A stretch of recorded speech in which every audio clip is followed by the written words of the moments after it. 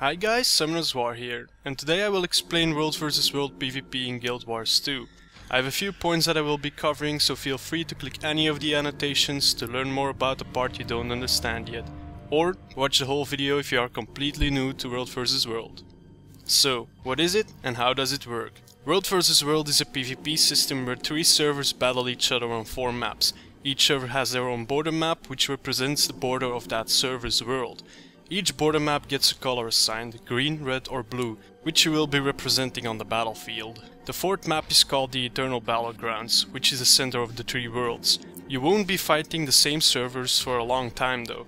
Currently the servers rotate each day, but ArenaNet plans on having the rotation last 2 weeks.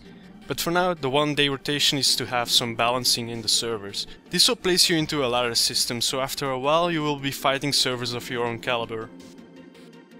The World v World screen has a few interesting things to tell us, mostly self-explanatory, but the most interesting part is this one. This section right here tells us how many points of interest each server has and how much the point total of those areas is combined. See, each area you control gives points. Supply camps 5, towers 10, keeps 25 and stone mist castle 50. That number will be added to your total points value each 5 minutes, and the total points will determine if you get 1st, 2nd or 3rd place, ranking you into the ladder system. Under the total points you have a little graphic that shows you how many Orbs of Power each server holds. More on the Orbs later. And lastly in this section, World v World is very important for the whole server, because if you do well, everyone receives these bonuses. The areas that we can capture, hold and defend are supply camps, towers, keeps and stone mist castle, as I mentioned before. Capturing and holding these areas give you points per 5 minutes, but don't do anything else than that, except for the supply camps. Capturing and holding supply camps is essential because these camps generate and transport, well, supplies. The supply is transported by players or the caravans. The players can hold up to 10 supply while the caravans transport a lot more.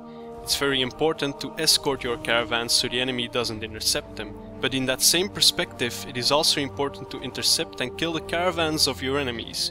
But why is supply important? Well, it's used to repair walls and doors, build offensive and defensive siege weapons, and also to buy upgrades. Let's have a look on how the supply is distributed.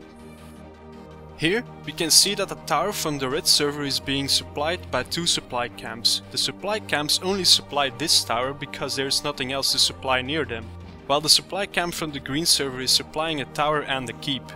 Let's imagine that the blue server does a sneak attack on the supply camp from the green server and actually captures it. The green server's tower and keep is now cut off of any supplies, so it will only be a matter of time until they run out and they can't repair their gate. The blue server will be able to capture those points easily. Capturing an area is done by breaking the doors or walls, if there are any, and killing the NPC guards there, along with the keep lord that is present in towers and keeps. Then an area will appear where you have to stay for an amount of time in order to actually capture it. After capturing, all gates and walls will be repaired. When the area is captured, it can be claimed by a guild, and you can buy upgrades for the said captured area. These upgrades involve more guards, higher level guards, defensive siege weapons and even a waypoint. The upgrades cost some money, a little bit of karma and some supplies. For example, here I bought escorts for the supply caravans. First, the caravans travel alone, leaving them vulnerable.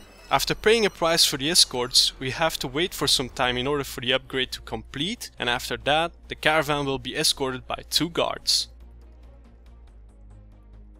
Building siege weapons is something very important as well. You can do so by going to the siege master and getting yourself some blueprints. You can then activate that blueprint and choose a place to start building the weapon of your choice. A construction site will appear and everyone can help building it using supplies. You've got arrow carts, catapults, flame rams and others. Each of the siege weapons have their own advantages and disadvantages. Some examples are that arrow carts are good against players, the infantry, but bad at damaging structures, and the flame ram excels at destroying gates but is bad at everything else. Destroying a gate with a good amount of people but without any siege weapons will take a long time, but having a flame ram or 2 will get it down in no time. Building defensive sieges does not require any blueprints but are bought as an upgrade instead.